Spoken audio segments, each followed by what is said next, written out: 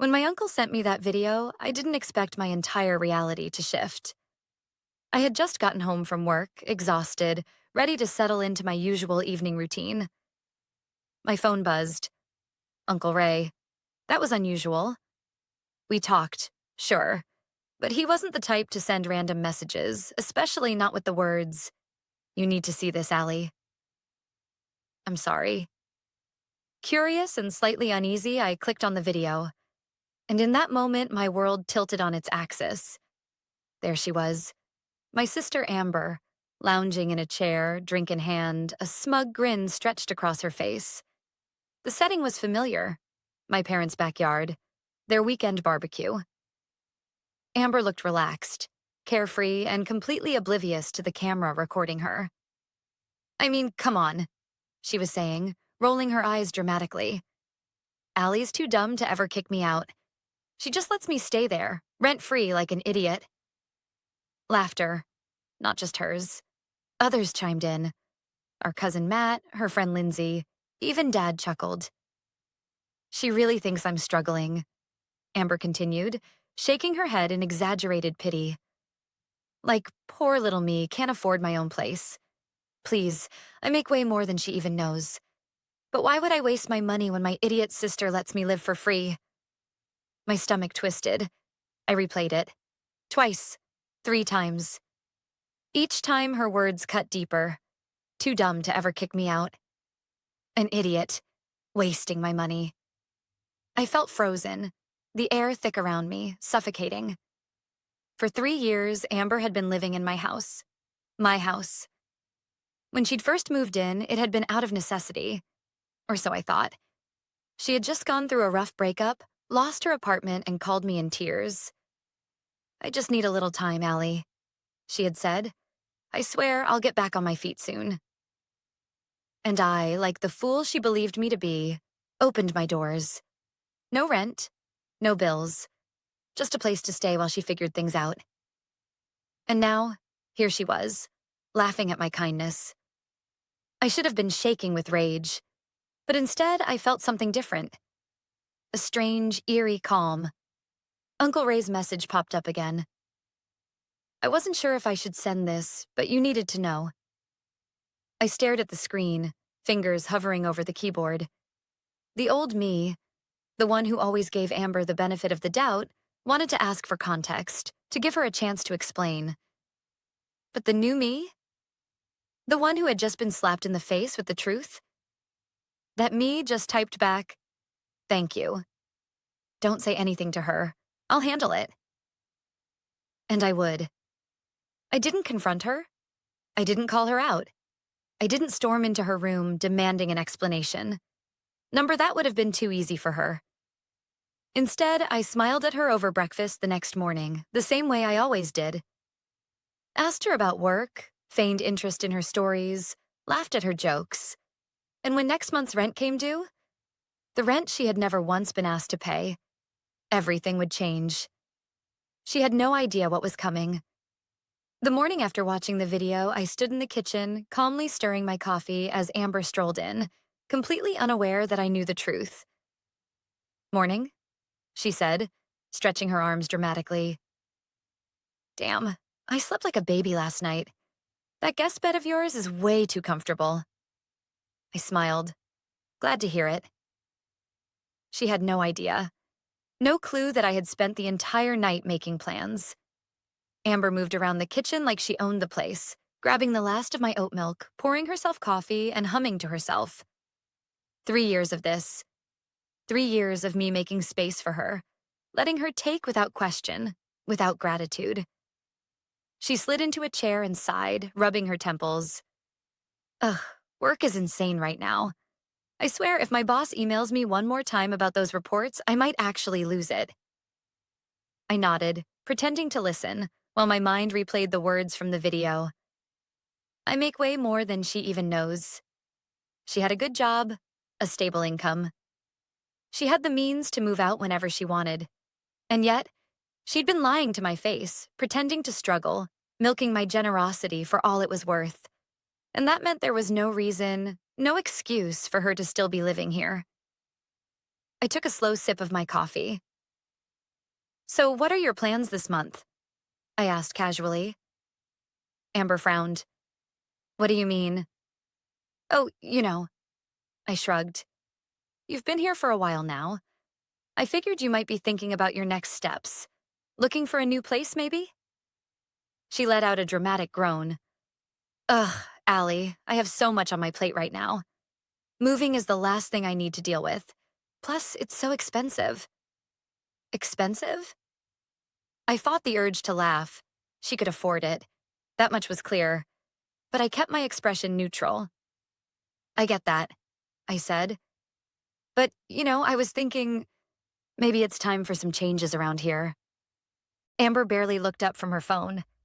What kind of changes? I let the silence stretch just long enough for tension to creep in. Then, with the same casual tone, I said, well, starting next month, I think it makes sense for you to start paying rent. Amber froze. Just for a second. Then she let out a breathy laugh. Wait, are you serious? I tilted my head. Yeah, I mean, you've been here 3 years, Amber. Rent-free. I figured it was time. She scoffed. Come on, Allie. We're family. You really expect me to pay rent? I held my coffee cup just beneath my lips, watching her. Yes. The word landed like a slap. Amber leaned back in her chair, her face twisting into something between amusement and disbelief. Wow. Okay. I mean, I just wasn't expecting you to pull something like this. Something like this? I had let her stay here out of kindness, out of love, and she had laughed at me behind my back, called me a fool. And now she was acting like I was the one being unfair? I forced a light chuckle. It's not really a big deal, Amber. Just basic rent. Nothing crazy. I thought maybe $1,200 a month would be fair. Amber's jaw dropped. $1,200? That's insane. I raised an eyebrow. Not really. It's actually below market rate for this area. You're getting a steal, honestly. She shook her head, setting down her coffee with a sharp clink. Are you seriously doing this to me? After everything? Everything? I nearly asked her what exactly she thought she had done for me. But instead, I just smiled and stood up, taking my coffee cup to the sink. I figured I'd give you a heads up now, I said, so you have plenty of time to get your finances in order. Amber stared at me, mouth slightly open like she was about to argue. But she didn't. She just sat there, blinking as if she couldn't quite process what was happening. And that's when I knew. She thought I'd cave.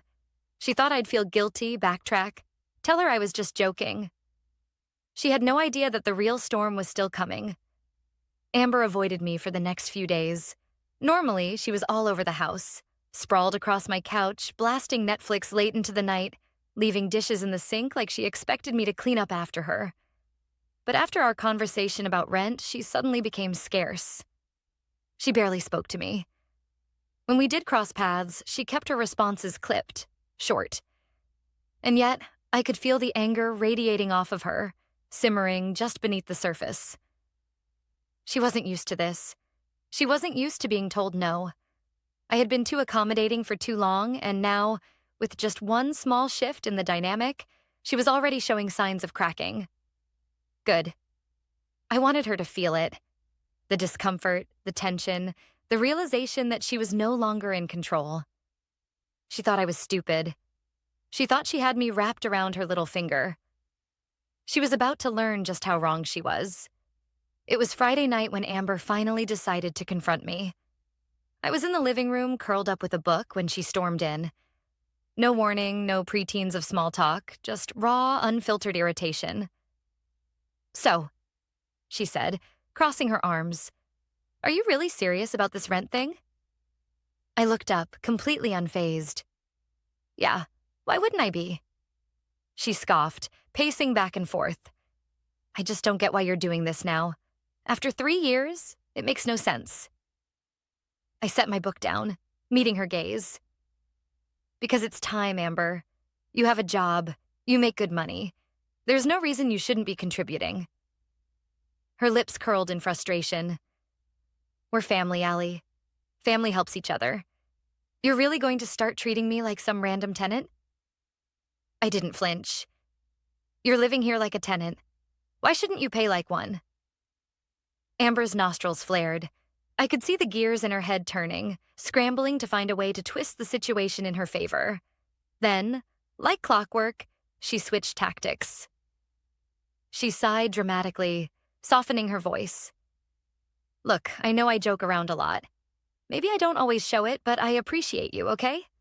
I've been going through a lot.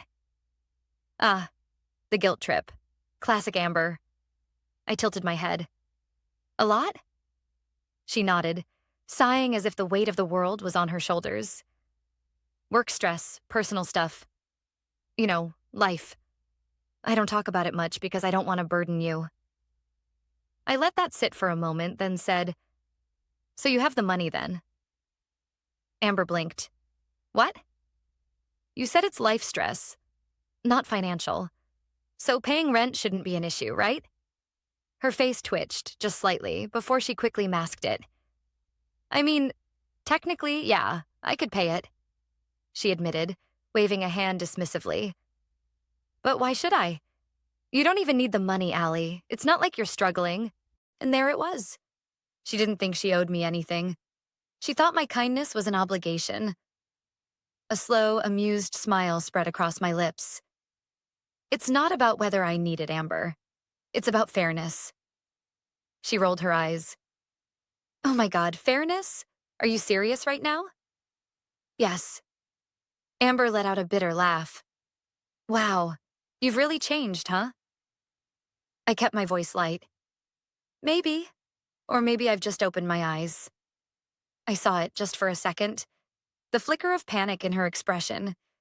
She still thought she had control, but something felt different now, and she didn't like it. She inhaled sharply, shaking her head. Well, I'm not paying rent, so I guess you're gonna have to figure out what to do about that. I held her gaze. Let the silence stretch. Let her think she had the upper hand. Then I smiled. Okay. That was all I said. Just okay. And I watched as uncertainty crept into her face. She had expected me to argue, to plead, to negotiate. But I didn't need to, because next month was coming, and she had no idea what was waiting for her. The first of the month arrived quietly. Amber, on the other hand, did not. She stomped into the kitchen that morning, acting like she didn't have a single worry in the world. She poured herself coffee, grabbed one of my expensive protein bars, one of many little luxuries she never bothered replacing, and flopped onto the couch, scrolling on her phone like she always did. She was relaxed, smug even, because she thought I had backed down. She thought my little rent talk had just been a bluff, a moment of frustration I'd eventually let go of. She thought she'd won, but she hadn't, and she was about to find out. At exactly 9 a.m., Amber's phone buzzed. I watched from across the room as she frowned at the screen. She tapped a few times, then suddenly sat up straighter. What the hell? She muttered. She turned her phone toward me, eyebrows raised. Allie, I just got an email from your rental management company. What the hell is this? I set my coffee down calmly. Oh, right. That's your lease agreement. Her mouth fell open. My what? Lease agreement, I repeated, like it was the most normal thing in the world. Since you said you weren't paying rent, I decided to formalize everything. That email is your rental contract with the property management company I hired. Amber blinked. She looked at the email again, scrolling frantically. This says my first rent payment is due today. That's right. I nodded. I figured I'd make it official. Her head snapped up. You're actually serious? As a heart attack. She let out a sharp, bitter laugh. Oh my God, you're insane. I raised an eyebrow. No, Amber, I'm just done being taken advantage of. I could see it happening now. The cracks in her confidence. The way her mind was racing, trying to find an escape, a way to talk herself out of it. I waited. And right on cue, she flipped tactics. She softened her voice, switching into victim mode. Allie, come on, she said, pressing a hand to her chest like I had personally wounded her. You're my sister. I thought we were supposed to support each other. We are, I said. And for 3 years, I supported you. Completely. Without asking for a single thing in return. She swallowed. But I wasn't expecting this. You never gave me a warning. I let out a small laugh. I gave you a full month's notice. That's more than fair. Amber's face twisted. I don't have the money for this right now. I tilted my head. That's interesting, because last week I heard you on the phone bragging about buying VIP tickets to that music festival next month. Her mouth snapped shut. Gotcha. I leaned forward slightly. So you have the money. You just don't want to pay me. Amber's face turned red. That's not... I held up a hand, cutting her off. Look, Amber, you have 2 options. You can sign the lease and start paying rent like a normal adult, or you can move out. Simple? Her jaw tightened. She was seething, but she knew I meant it. She crossed her arms. And if I don't do either? I smiled. Then, as per the lease terms, you'll receive a 14-day notice to vacate. And if you still don't leave? Well, then I'll have to file for eviction. Amber's eyes went wide. Eviction? She hissed, like the word itself was an insult. You would actually do that to me? I would, I said simply, because you did this to yourself. She jumped up from the couch, pacing in frustration. I could feel her panic, the way her entire world had just shifted in a way she wasn't prepared for. I cannot believe you're actually doing this, she muttered, shaking her head. I picked up my coffee again. Believe it. She stormed toward the door, grabbing her bag. I'm going out, she snapped. Take your time, I said cheerfully. But just a heads up, if you don't pay by the end of the day, that 14-day notice will be delivered first thing tomorrow morning. Amber didn't respond. She just slammed the door behind her. And I? I smiled, because for the first time in 3 years, I was finally in control. Amber didn't come home that night, or the next. I wasn't surprised. This was exactly her style. Run away from problems, avoid responsibility, and hope they magically disappear. But I wasn't her problem. I was her landlord. And when she finally did come back, 3 days later, I was ready. It was late, almost midnight, when I heard the front door creak open. I sat on the couch, pretending to be engrossed in my laptop. But the second Amber stepped in, I caught the shift in her posture. She wasn't just irritated anymore. She was furious. She kicked off her heels aggressively, practically throwing them against the wall. Her hair was messy, like she'd been too distracted to care. Her eyes darted toward me, and I could see the storm brewing behind them. I stayed silent, waiting for her to speak first. She dropped her purse onto the counter and exhaled sharply. We need to talk. I closed my laptop slowly and leaned back. I'm listening. Amber folded her arms. You really filed the paperwork? My lips twitched, so she checked. Good. Yes, I said simply. She let out a dry laugh. Jesus, Allie, you're seriously evicting me? I raised an eyebrow. No, Amber. I gave you options. You just didn't like them. She stepped closer, her frustration bubbling over. I was gone for 3 days. You didn't even try to talk to me before doing this? I tilted my head. Funny, I seem to remember you walking out mid-conversation. Her hands clenched into fists at her sides. You don't get it. I was figuring things out. Figuring things out? I repeated, feigning curiosity. Like how to keep living here for free? Amber's face flushed red. She opened her mouth to argue, but then she stopped. Because we both knew the truth. Instead, she switched tactics again. Her expression softened, and for the first time, I saw something resembling genuine fear in her eyes. Look, she said, her voice quieter now.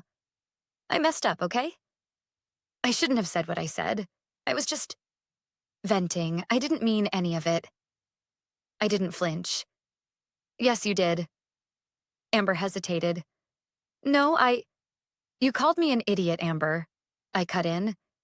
You laughed about how I was too dumb to ever kick you out. You bragged about playing me for a fool. She swallowed hard, looking away. I heard it, I continued. I watched you say it. And so did Uncle Ray.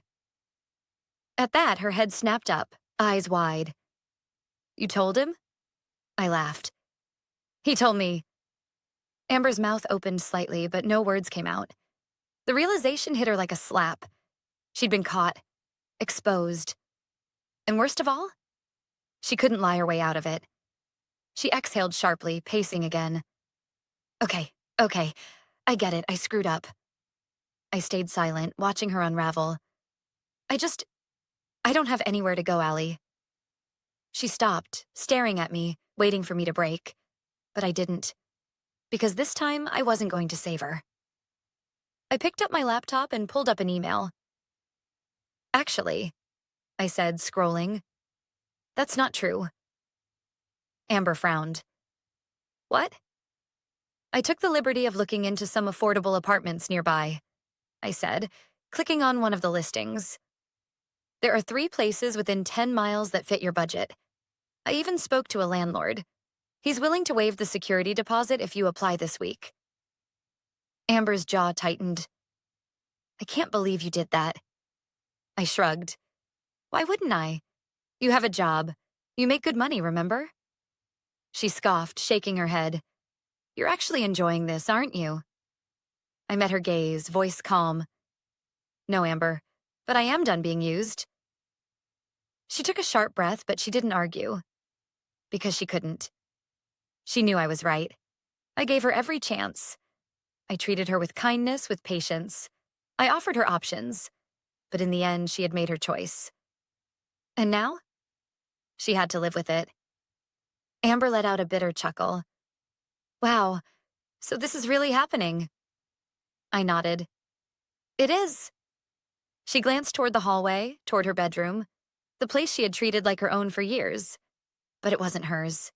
It never had been. She turned back to me, jaw clenched.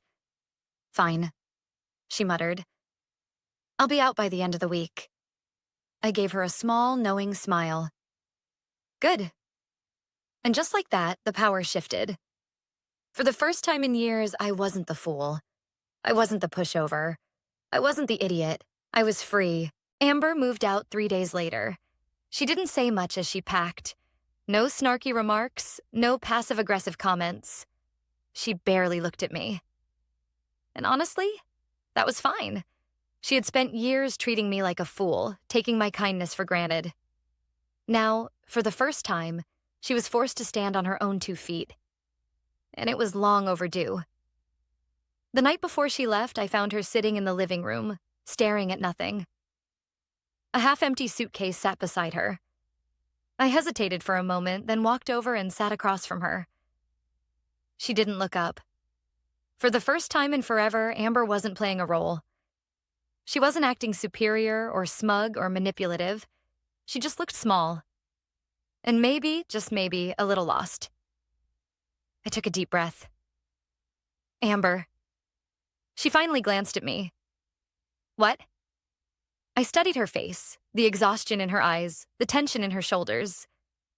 I don't hate you, I said quietly. Amber snorted, shaking her head. Could have fooled me. I sighed. I wish things had been different. She frowned, looking down at her hands. Yeah, she muttered. Me too. I let the silence stretch, then said, You know, I didn't do this to hurt you. Amber's jaw tightened. It still feels like you did. I nodded slowly. Maybe. But think about it, Amber. If I hadn't stopped this now, when would you have left? Would you have ever left? Her lips parted, but she didn't answer. Because she knew. She had been perfectly happy living off of me, knowing I'd never push back. And if I hadn't seen that video, she would have kept going forever. Amber exhaled, rubbing her temples. I don't know, okay? She trailed off, shaking her head. I leaned forward. You're smart, Amber. You're capable. You've had the means to take care of yourself for a long time. So why didn't you? She swallowed. Because it was easy, she admitted. You always made it easy. I sat back, nodding. And that's exactly why I had to stop. She stared at me for a long moment. Then finally, she sighed. So this is it, huh? I gave a small smile. Looks like it. Amber shook her head, then let out a quiet laugh. Guess I can't call you an idiot anymore. I smirked. No, you can't. For the first time in years, Amber and I sat together without any manipulation, without any lies. Just two sisters finally telling the truth. And for the first time, I think she actually understood. The next morning, she was gone. No dramatic exit, no screaming match. Just a packed suitcase, a closed bedroom door, and a simple text message an hour later. I'm out. Good luck, Allie. I stared at the message for a long moment before locking my phone. I wasn't angry. I wasn't even relieved. I just felt done. And that was enough. A week later, I walked through my house, the silence wrapping around me like a long overdue hug. No more doors slamming, no more missing groceries, no more walking into my own home feeling like a guest. It was just mine again, and I had earned that. A knock at the door pulled me from my thoughts. I opened it to find Uncle Ray, standing there with a knowing smile. Well, he asked. How's it feel? I smiled. Peaceful. He chuckled. I bet. I stepped aside, letting him in. He glanced around the house, nodding in approval. Looks better already. I laughed. I think so too. Ray turned to me, his expression softening. I know that wasn't easy, kid, but you did the right thing. I sighed, leaning against the counter.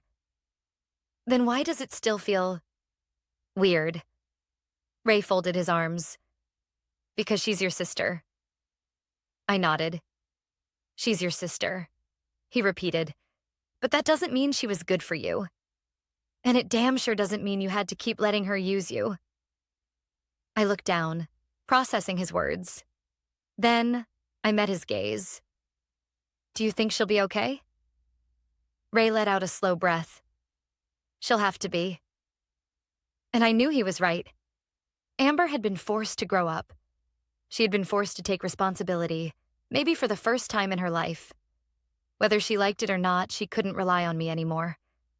And maybe, just maybe, that was the best thing that could have happened to her. That night, I sat on my couch with a glass of wine, staring out the window at the quiet street beyond. And for the first time in a long, long time, I felt something I hadn't realized I was missing. Freedom. I had spent years letting someone else take up space in my life, in my home, in my peace. I had given and given and given, and received nothing but manipulation in return. And now I was free. I smiled, taking a sip of my wine. Amber had laughed about playing me for a fool. She had underestimated me. And now, she was learning the hard way. Because I had stopped playing the fool.